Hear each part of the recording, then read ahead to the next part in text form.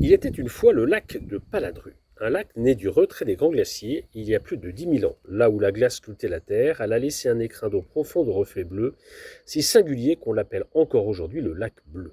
Mais Paladru n'est pas qu'un paysage, c'est une mémoire. Bien avant nous, vers 2700 avant notre ère, des hommes et des femmes vivaient déjà sur ces rives. Des villages de bois, des maisons sur pilotis, des pirogues taillées dans les troncs glissaient déjà sur cette eau. Ils pêchaient, cultivaient, échangeaient, et le lac, en gardien silencieux, a préservé les traces de leur monde. Puis passent les siècles, et vient le temps fascinant de l'an 1000. Sur le rive du lac, à Colletière, s'élève un petit village fortifié. Palissades, maisons de bois, forges, embarcations, ici vivent ceux qui on appelle aujourd'hui les chevaliers paysans de Paladru. Des hommes de frontière, des paysans, mais aussi des guerriers, des bâtisseurs dans un Dauphiné encore rude et incertain. Ils ne resteront que quelques décennies, puis le village disparaît, abandonné, recouvert par le temps, presque oublié, jusqu'à que le lac rende son secret.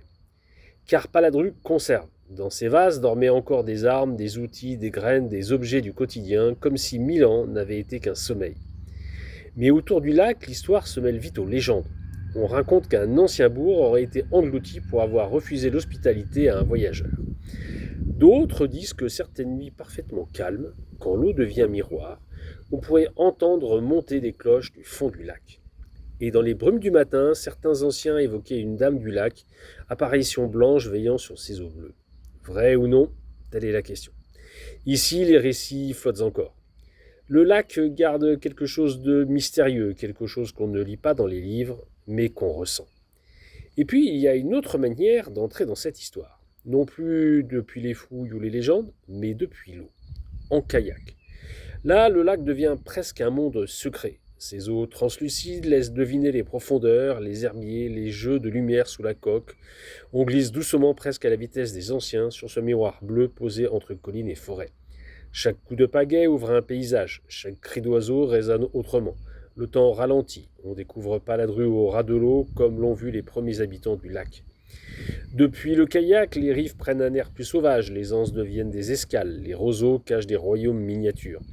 Les lumières changent sans cesse et l'on comprend que ce lac n'est pas seulement un lieu à contempler, mais un lieu à traverser, à habiter un instant, à sentir, à vivre. On avance alors comme des explorateurs tranquilles entre ciel et profondeur. Parfois on pagaille, parfois on se laisse dériver, et souvent on se tait, parce que ici le silence raconte quelque chose. Sous nous dorment des villages engloutis, autour de nous vivent encore les légendes, et devant l'étrave s'ouvre simplement le plaisir de partir. Alors le lac de Paladru n'est plus seulement un site historique, il devient un territoire d'aventure douce, un lieu presque magique, un voyage en miniature. Et peut-être est-ce cela son secret, faire d'un simple traversée en kayak une petite expédition hors du temps.